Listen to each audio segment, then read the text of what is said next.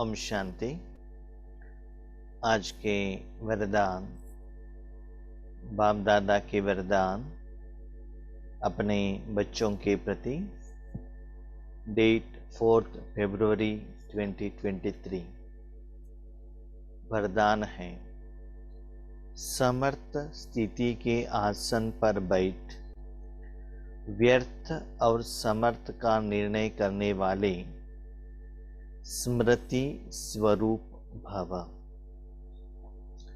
समर्थ स्थिति के आसन पर बैठ व्यर्थ और समर्थ का निर्णय करने वाले स्मृति स्वरूप भव। शरीर के रूप में जो भी कर्म करना है, तो शरीर रूपी साधन को एक आसन पर बिठाया जाता है।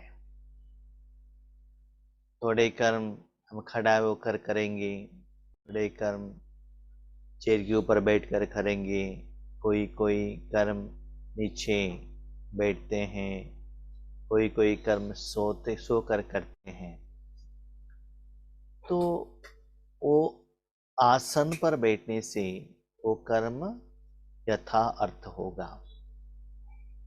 इससे आत्मा को भी हर कर्म करने के समय पर एक स्थिति में स्थित करना बहुत इंपॉर्टेंट है।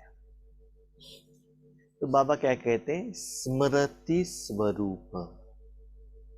अभी शरीर में सोच लीजिए, जो भी कर्म करना है, अपने बच्चों के साथ कर्म करते हैं तो अपने को माँ समझते हैं, पिता समझते हैं। ऑफिस में जाते हैं तो ऑफिसर, क्लर्क, मैनेजर, जो भी पोजीशन है वो स्मृति में रहता है।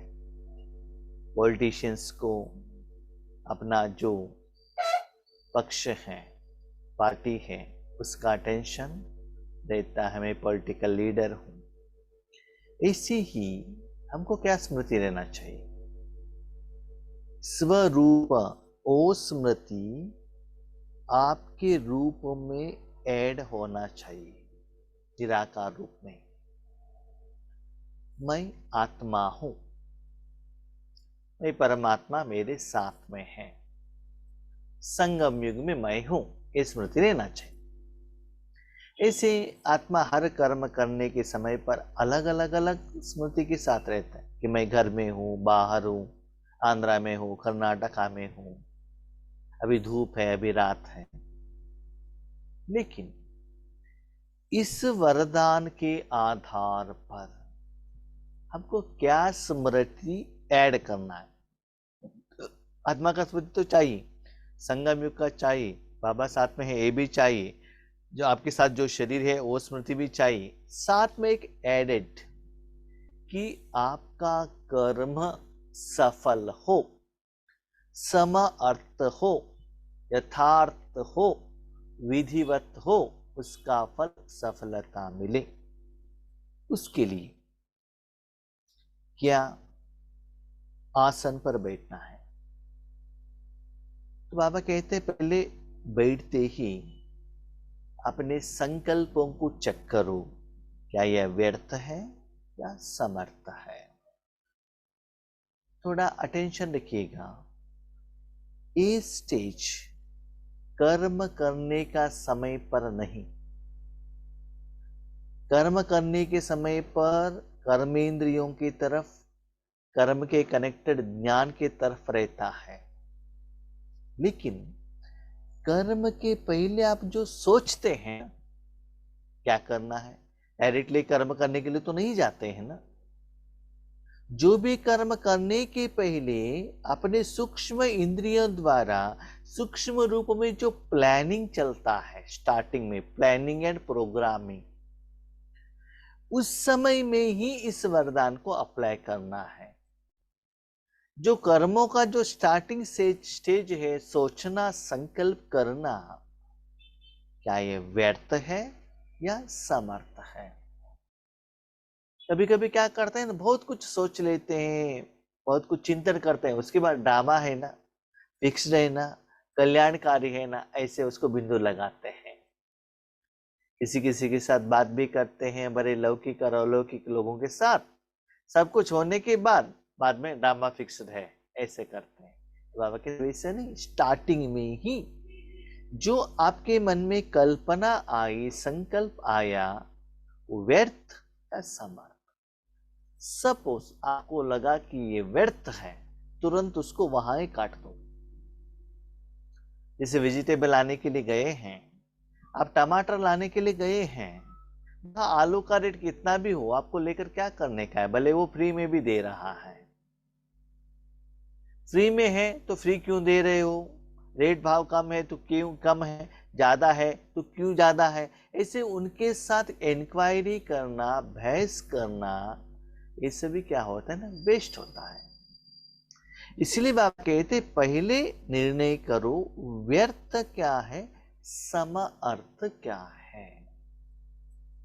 तो निर्णय करने के समय पर स्मृति स्वरूप रहना बहुत जरूरी है। तो क्या स्मृति स्वरूप में रहना चाहिए? बाबा कहते हैं आप जो भी निर्णय करते हो वो निर्णय यथा अर्थ होना चाहिए और आपको निर्मल वाणी, निर्मल भाव, निमित्त भाव रहना चाहिए। और जो भी कर्म करते हो आत्मा की उन्नति के लिए करना चाहिए, शरीर के लिए नहीं, ताकि वो कर्म विकर्म न हो, विकार की तरफ न जाए, उसके तरफ आपको अटेंशन रखना पड़ता है। इसीलिए ज्यादातर व्यर्थ कहाँ जाता है, आप सोच लीजिएगा। जब वर्तमान समय में आप जो कर्म कर रहे हैं, फॉर एग्जाम्पल ऑफिस में या घर में जो कर्म करते हैं ना, उसकी तरफ आपका ज्यादा अटेंशन रहने के कारण कर्म योग के समय पर ये स्थिति नहीं आता है। जब आप अकेले बैठते हैं, स्पेशली जब आप राजयोग पर बैठते हैं, नहीं तो बस पर बैठे हैं, अकेले हैं, उस समय शरीर के इंद्रियों द्वारा आपको कुछ काम नहीं है।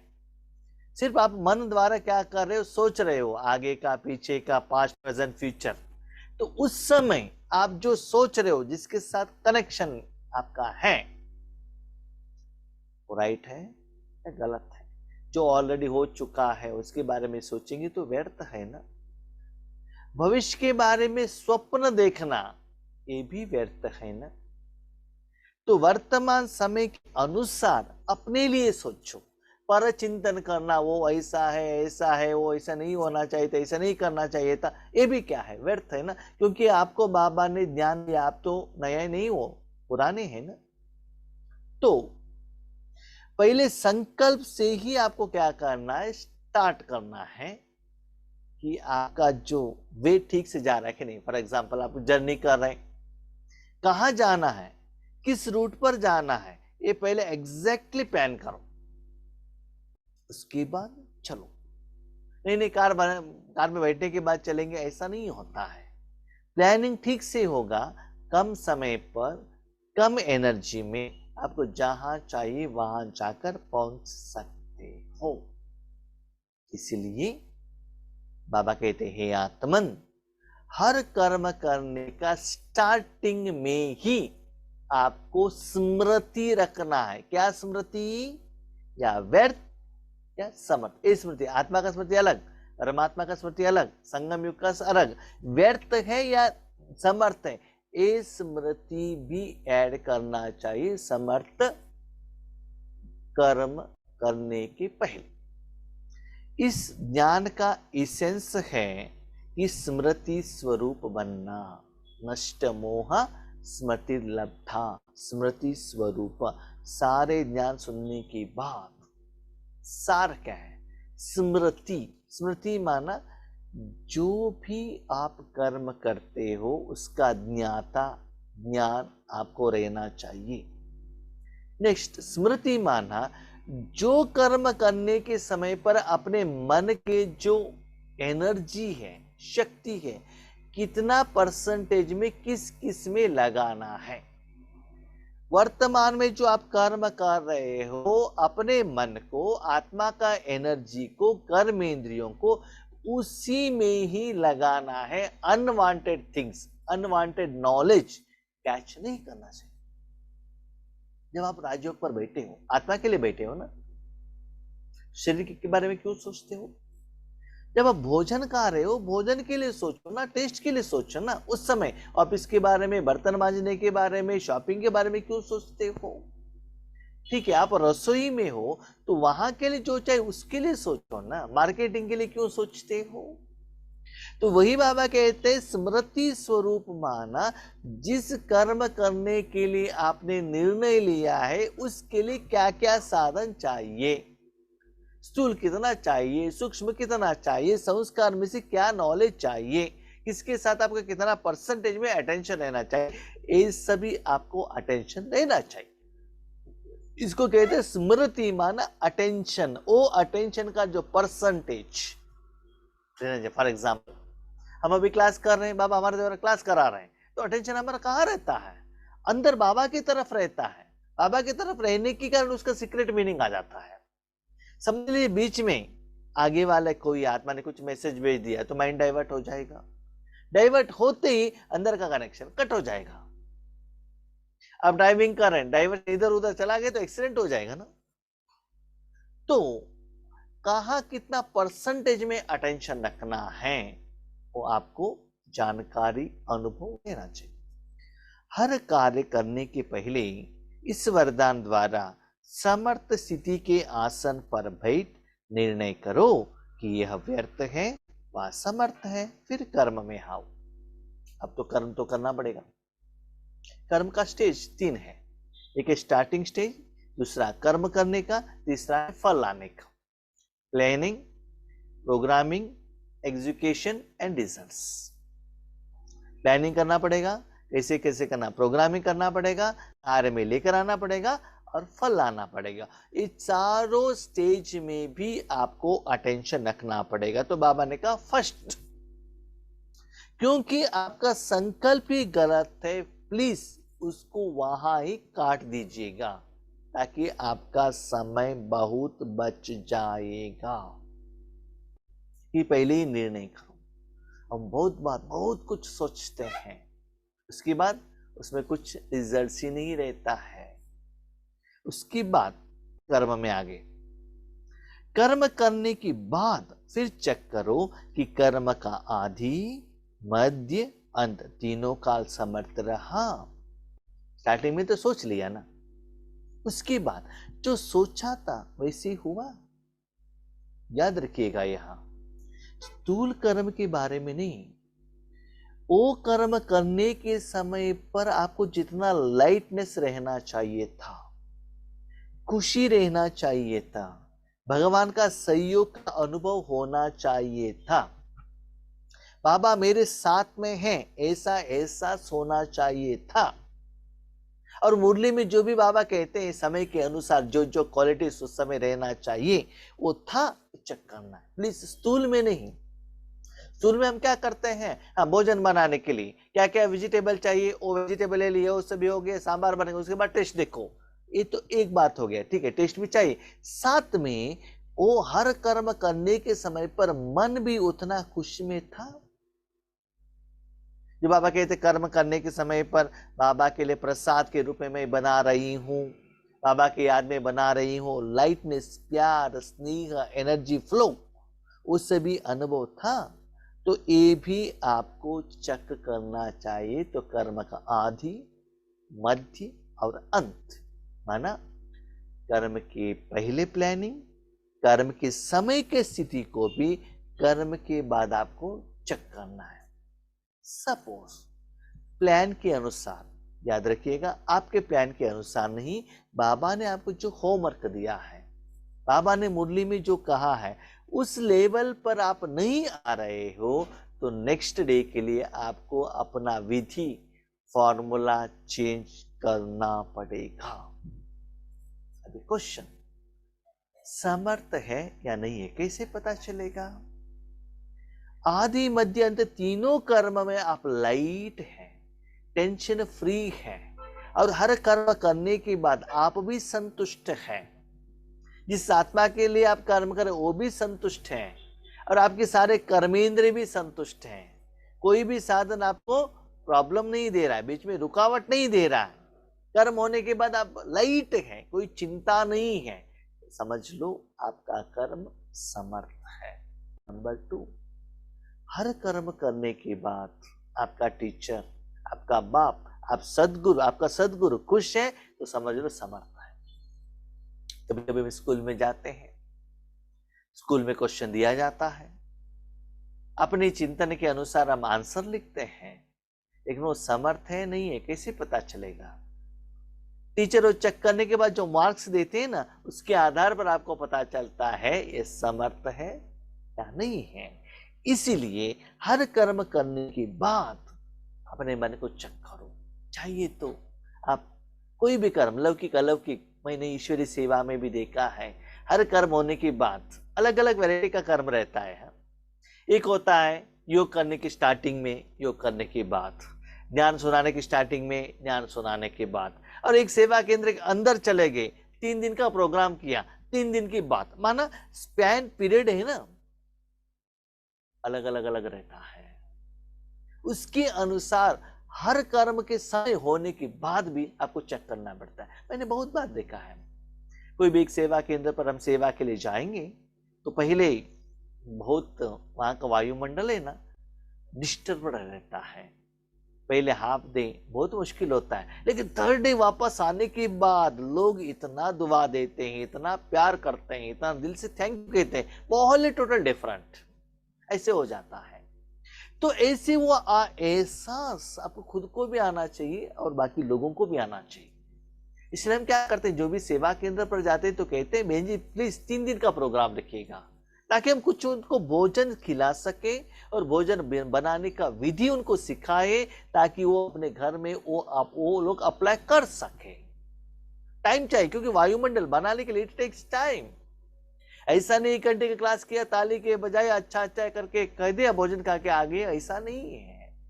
क्योंकि हम जानते हो 3 दिन का प्रोग्राम के बाद रिजल्ट्स क्या होता है। हाँ, ऐसे भी कर सकते हैं, दिन में 2-3 प्रोग्राम के एक जगह पर 50 लोग, ऐसे क्वांटिटी को बढ़ा सकते हैं, लेकिन इट बिकम्स टेम्पररी। उन लोगों को पुरुषार्थ करने के लिए साधन नहीं मिलता है। और मैंने ये भी देखा है रिजल्ट्स में, जो लोग आत्माएं डायरेक्टली जूम में आते हैं, डायरेक्टली हमारे प्रोग्राम में, उनको एनर्जी कैच करना और ज्ञान को समझना बहुत मुश्किल होता है। जो आत्मा ने प्रैक्टिकली इस तन द्वारा 3 दिन का बट्टी अटेंड किया है, 5 दिन का बट्टी अटेंड किया है, 2-3 बार बट्टी अटेंड किया है, उनको क्या होता है ना, कैच करना, दृष्टि लेना, एनर्जी पावर का एक्सपीरियंस करना और ज्ञान को समझना इजी हो जाता है। एक बार आप माउंट आबू जाकर आ जाइएगा, डायमंड हॉल में एक बार मिलन करके आ जाइएगा, उसके बाद घर में आने के बाद आप टीवी का माध्यम द्वारा, टेलीविजन का माध्यम द्वारा आप बाबा का मिलन करेंगे, तो वो जो माहौल के साथ आपका स्मृति संस्कार जो रहता है उसके साथ आप कनेक्ट हो जाते हो। तब आपको क्या होगा, सेम एनर्जी के साथ बाबा का मिलन का एहसास करना आपके लिए इजी होगा। इसलिए बाबा कहते हैं बच्चे, हर कर्म होने के बाद आपने जो सोचा था उतना रिजल्ट आया, समर्थता मिली, आपके मन खुश हुआ, चेक करो। यह समर्थ स्थिति का आसन ही हंस आसन है, इसकी विशेषता ही निर्णय शक्ति है। बाबा कहते हैं समर्थता कैसे आएगा, कहते हैं ना हंस जहां भी जाता है दूध का जो क्वालिटी है उसको ही पिक करता है, पानी का अलग कर लेता है। लेकिन जहां भी कौवा जाता है वो क्या करता है, जो चाहिए जो है वो खा लेता है, मांस खा लेता है, जो अनवांटेड थिंग्स है उसका बातें भी क्या होता है ना, कहाँ करके, क्यों, क्या, कब, कैसे क्वेश्चंस आता है। तो ऐसे ही याद रखिएगा, जहां भी आप जो भी कर्म करने के लिए जाते हैं, ठीक से ज्ञान को पकड़ा है, यथार्थ कर्म हुआ है, जरूर जैसे हंस वाइट रहता है, एक भी दाग नहीं रहता है, ऐसे आपका मन लाइट रहता है, मन खुशी से उड़ता ही रहता है। भले आपको पेट का भोजन मिला है कि नहीं मिला है, आपको रिस्पेक्ट मिला है कि नहीं मिला है, लोगों ने आपको रिस्पेक्ट दिया है कि नहीं दिया है, गिफ्ट दिया है कि नहीं दिया है, लेकिन आपका मन इतना खुशी से भरा रहेगा, तब आपको पता चलता है यस, ये सवा यथार्थ हुआ है। इससे आपको निर्णय शक्ति मिलता है। माना हंस माना, जितना चाहिए उतना ही आपने दिया है, अच्छाई के साथ कनेक्शन किया है, और लोगों का अच्छाई देखा है और उनको अच्छाई दिया है। निर्णय शक्ति द्वारा ही सदा ही मर्यादा पुरुषोत्तम स्थिति की रीति में आगे बढ़ते जाएंगे। ऐसे हर कर्म करने के बाद सेल्फ चेकिंग कीजिएगा। क्या चेकिंग? मन की स्थिति को चेक कीजिएगा। क्या लास्ट हमने जो प्रोग्राम किया था नेक्स्ट में और भी अच्छा है? कल जो योग किया था उससे भी आज अच्छा है? सुबह से शाम को अच्छा है? तो हर बार कर्म करने के पहले, कर्म करने के बाद चेक एंड चेंज और निर्णय, यस ये ठीक है, आगे बढ़ते चलो। एक बात याद रखिएगा, ठीक है आज आपने जो कर्म किया उससे आपको रिजल्ट्स मिला, खुश हो गया, लेकिन कल सेम फॉर्मूला अप्लाई नहीं करना चाहिए। क्यों? सेम फॉर्मूला अप्लाई करेंगे तो सेम रिजल्ट्स आएगा, सेम टेस्ट आएगा, लेकिन इंप्रूव्ड वर्जन, अपडेटेड वर्जन जो बाबा मुरली में देता है, नेक्स्ट वर्जन में आप जाएंगे, याद रखिएगा आपको भी नया नया अनुभव आएगा और आप साथ में रहने वाले आत्माओं को भी नया नया नेक्स्ट स्टेज का अनुभव होगा। तभी इस मार्ग में आपको आगे बढ़ने के लिए उमंग उत्साह आएगा। इसलिए बाबा ने कहा मर्यादा पुरुषोत्तम माना, जो मर्यादा का लकीर है, जो बाबा मुरली द्वारा देते हैं, नियम देते हैं, श्रीमत देते हैं, उसके अंदर रहने से और निर्णय करने से यस कल से भी आज योग अच्छा हुआ, वाई चेक करो, आज योग ये ठीक से नहीं लग रहा है, क्यों? चेक करो, दोनों तरफ से चेक करो, क्यों अच्छा हुआ, क्यों अच्छा नहीं हुआ, दोनों कारण को समझकर अपने कमियों को निकालकर अच्छाई को ऐड करते चलो। ऐसा नहीं कर्म कर लिया हो गया, नहीं, हर बार आपने किया हुआ कर्मों का चेकिंग आपको ही करना है। स्लोगन, अनेक प्रकार के मानसिक रोगों को दूर भगाने का साधन है साइलेंस की शक्ति। मानसिक रोग माना ऐसा नहीं कि साइकेट्रिक पेशेंट, याद रखिएगा, जो साइकेट्रिक पेशेंट रहते हैं ना, उनमें ब्रेन में प्रॉब्लम रहता है, मन का प्रॉब्लम अलग है। मन का प्रॉब्लम में मन में चिंता, टेंशन, भय जो निराकार में आता है। कभी कभी मन में टेंशन है तो डॉक्टर लोग क्या करते हैं, नींद का गोली दे देते हैं, क्योंकि मन का टेंशन के कारण उनको नींद नहीं आता है, नींद में थोड़ा रेस्ट मिल जाता है, स्लोली क्या होता है, उनका ब्रेन काम करना ही बंद हो जाएगा, ऐसे आता है। तो बाबा कहते हैं ऐसे रोग नहीं, जो मन का जो भय रहता है, टेंशन रहता है, असफलता रहता है, निराकार रूप में शरीर के कनेक्टेड नहीं, उसको दूर भगाने का, याद रखो अपने मन का और किसी का नहीं, और किसी का भी हो सकता है लेकिन स्पेशली आपका। तो जितना साइलेंस में रहेंगे, शांत रहेंगे, उतना वो सारी चीज का इलाज हो जाएगा सर्जन भगवान के द्वारा। तो आप चेक कीजिएगा, जितना आपका मन शांत रहता है उसकी बाद योग का अनुभूति देख लीजिएगा। इसलिए कल मिलन की मुरली में बाबा ने कहा, बच्चे शब्द में आना 1 सेकंड में कितना सहज है, तो शब्द से अलग होना 1 सेकंड में हो सकता है। शब्द माना मोबाइल से अलग हो गई, शरीर के मुख से अलग हो गई नहीं। क्या है शब्द? वर्ड क्या है? आपका मन भी कोई संकल्प नहीं करना चाहिए, मन भी कहाँ भी अटेंशन नहीं रखना चाहिए। शांत स्वरूप स्वस्थिति, शांत माना बाप के गोद में दिल तक में आराम से बैठा है बस, और कुछ काम ही नहीं है उसको, उससे वो बाहर नहीं निकला है और कुछ के लिए। ऐसा नहीं है निशब्द माना निसंकल्प नहीं है, माना स्वरूप में है, आत्मा और परमात्मा का सुख का अनुभव कर रहा है, जो फल है उसका अनुभव कर रहा है, और कुछ कर्म करने के लिए मन को बाहर नहीं भेजा है।